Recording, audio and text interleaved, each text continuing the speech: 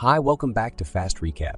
And today I'm going to tell you about a 1992 movie called Basic Instinct. If you like our video, you can support us by liking and subscribing. It's only a few seconds for you, but for us it's a huge step towards our goal of 1,000 subscribers. The film begins with the murder of a young man. The next morning, Police Inspector Nick Curran, along with his team, including colleague Gus Moran, arrives on the scene to investigate. The victim is Johnny Boz, a former rocker who later went into oblivion. He was at a nightclub the previous night and was last seen with a woman. Nick is annoyed by the presence of representatives of the mayor's office at the scene who demand a thorough investigation, since the victim was funding City Hall projects. Nick and Gus decide to visit Catherine Trammell, who was seen at the nightclub with the victim. However, they run into Roxy, Catherine's girlfriend, who gives them the address of her luxury villa on the California coast. Nick and Gus head to this villa and find Catherine, a beautiful blonde with high self-confidence. She claims that her affair with Johnny Boz was only sexual.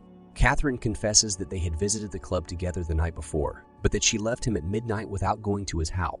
She then asks them to leave and leave her alone. When Nick returned to his office, he found Dr. Beth Garner, his ex-girlfriend, and a psychologist with the police.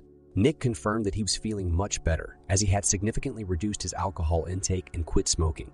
Catherine Trammell is a wealthy heiress who graduated in psychology and became a writer. Her past is full of mystery. Her parents died in a mysterious accident and her boxer husband was murdered, a murder that still remains unsolved. These tragic events became the basis for her novels, but no one knows if they were fictional or based on reality. In her latest book, she describes the story of a former rock star who is killed by the heroine with an ice pick and tied to a bed with a white scarf. Nick and Gus decide to return to Catherine's villa to ask her to report to the police station to answer questions. While waiting, Nick discovers that she has collected dirt on him, including information about how he mistakenly killed tourists during a shooting. Catherine agrees to go with them, refusing to invite a lawyer. In the car, she shows some familiarity with Nick, which makes him uneasy. When they arrive at the police station, she answers the police officer's questions calmly and sensitively, showing her confidence and unusual coolness. Catherine continues to behave confidently during the interrogation, despite the ban, quietly smoking a cigarette. She does not stop demonstrating her connection to Nick. When she is asked to take a lie detector test, she agrees without hesitation and successfully passes. Nick points out that the detector can be fooled, and he remains convinced of her guilt. Nick decides to take Catherine home. Along the way, she assures him that she knows about how he passed the lie detector test during the tourist murders and that the machine can be fooled. Upon his return to San Francisco, he meets his colleagues at a bar and, for the first time in months, allows himself to drink alcohol. There he is attacked by Nielsen, a policeman from another department, calling him a murderer. In connection with the tourists Nick killed and whom he tried to steer elsewhere, Beth comes to the rescue trying to calm the situation down. Nick and Beth then return home, where an aggressive love affair erupts without Beth's consent. She then tells him about her acquaintance with Catherine while they were both studying psychology at Berkeley. And then it turns out that at the same time, there was a murder of a professor using an ice pick. The next day, Nick decides to wait for Catherine at her villa and then follow her in his car. He notices that she is driving very fast and nearly gets into an accident. Realizing that she is visiting a certain woman, Hazel Dobkins, Nick decides to follow her back to her villa, where he watches her undress before going to bed. After analyzing the situation, Nick learns that Hazel Dobkins is an ex-convict psychopath who has served time. In addition, Gus informs him that the deceased professor at Berkeley was Catherine's research supervisor. Nick begins to suspect that Roxy herself had a violent past. Nick then travels again to Catherine's villa, where he discovers that he is the protagonist of her new novel. Catherine provokes him by revealing intimate details of his past life and the killing of tourists.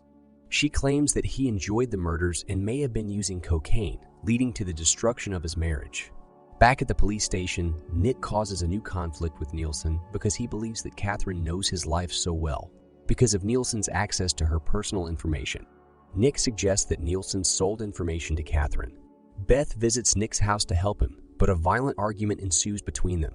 Nick accuses Beth of giving Nielsen the report on his psychological evaluation after the hikers were killed. Beth replies that she did it to help rehabilitate him during the investigation. The next day, Nick learns that Nielsen was shot and killed with a .38 caliber pistol.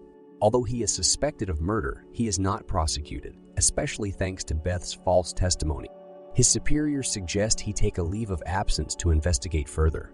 Catherine visits Nick's house and artfully tries to seduce him by scheduling a meeting for the same evening. Nick finds Catherine in an old church that has been turned into a nightclub. Inside, he finds her dancing intensely with Roxy. He seduces her and they go to her house to immerse themselves in a passionate embrace.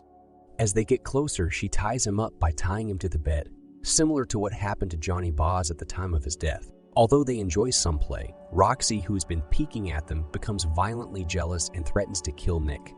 Later, Nick meets Gus at a country restaurant. During their meeting, Gus bitterly rebukes Nick for giving in and seducing Catherine by allowing her to influence him. As they leave, Catherine's car tries to run Nick over 3 times.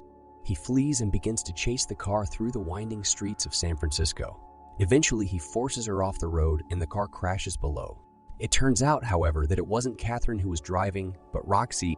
Roxy is killed in the accident. Nick decides to visit the police with Beth and several psychiatrists for an interview. However, annoyed by the many questions, he angrily leaves, slamming the door. He heads to Catherine's villa, where he finds that she is deeply shaken by Roxy's death.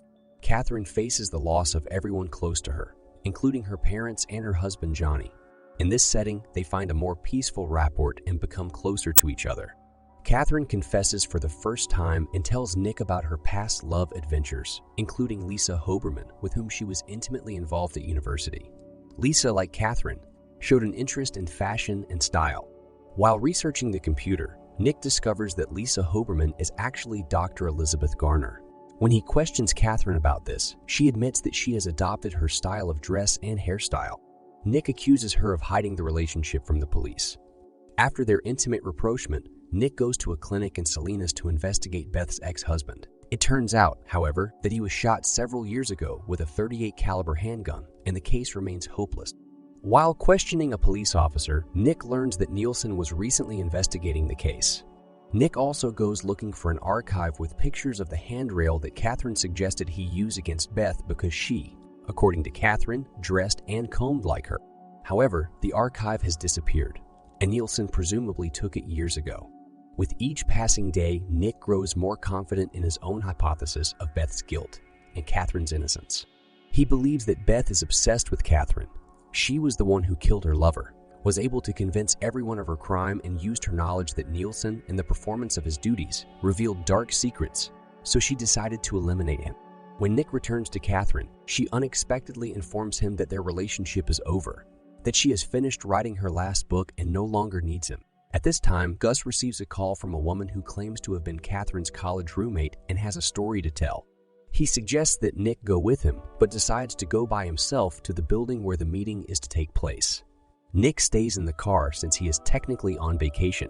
In the elevator, Gus is attacked by a man in a raincoat with blonde hair, armed with an ice pick. Surprised, Nick finds himself confronted by Beth, who claims to have received a message about meeting Gus, and his suspicions about killing Gus and the other victims return. Feeling threatened, she puts her hand in her pocket. He shots her, inflicting a fatal wound. At death, Beth confesses her love for him. After a search of the crime scene, however, Nick is found not guilty. Thus, traces of the crime are found. An ice pick of the same brand used in the previous murders, a blood-covered cloak belonging to the police, a blonde wig, and Beth has the .38 caliber pistol used to kill Nielsen. In addition, there are numerous articles indicating that Beth was always following news about Catherine's life. Moreover, the answering machine does not confirm the explanation about the meeting with Gus. Nick and Catherine meet again. Catherine explains that she has avoided contact with him for fear of losing him, since all of her previous love relationships ended tragically. They have a passion for each other, and at the end of the film, when they discuss their future together, Catherine reaches under the bed, but returns it empty-handed. The last shot shows the ice pick hidden under the bed, where Nick and Catherine are doing it again.